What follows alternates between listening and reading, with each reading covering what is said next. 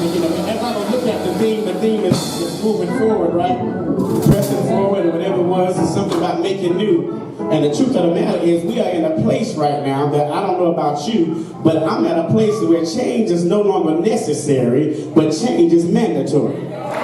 I don't know about you. I'm sick of church folks. I'm going to start off with church folks.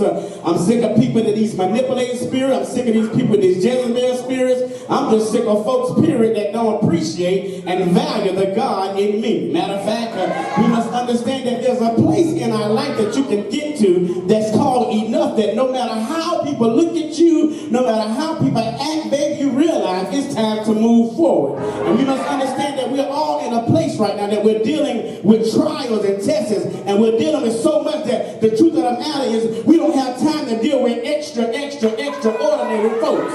Y'all, I'm gonna make you mad, that's what I do. And so we must understand that in this day and time, in order to get what God has for you, you got to get desperate and passionate about the things of God. And I begin to think about Holy Convocation. This is a Holy Convocation, and really this whole week and this whole time, you should be thinking on the things of God. You should be really praying.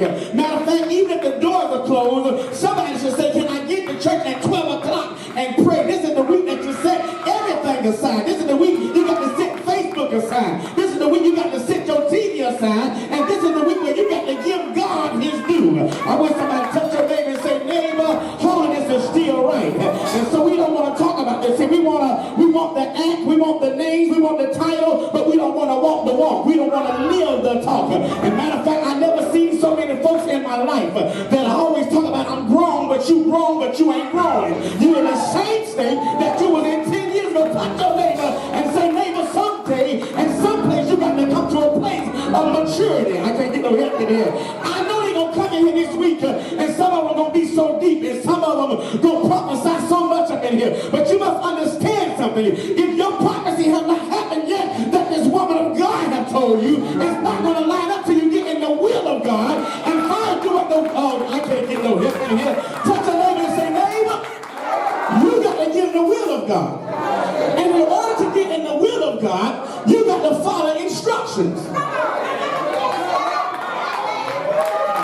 I know y'all want to get to the neighbor and say, you got to follow instructions. My mama taught me something. Before any miracle happened in the Bible, before any breakthrough, before anything happened in the Bible, it first was followed by instructions. And I found out something about us. We don't like to follow instructions. We don't like somebody to tell us what to do. Oh, y'all get mad with me, but I found out something, baby. I don't care if you're 99, somebody gonna tell you what to do. I don't care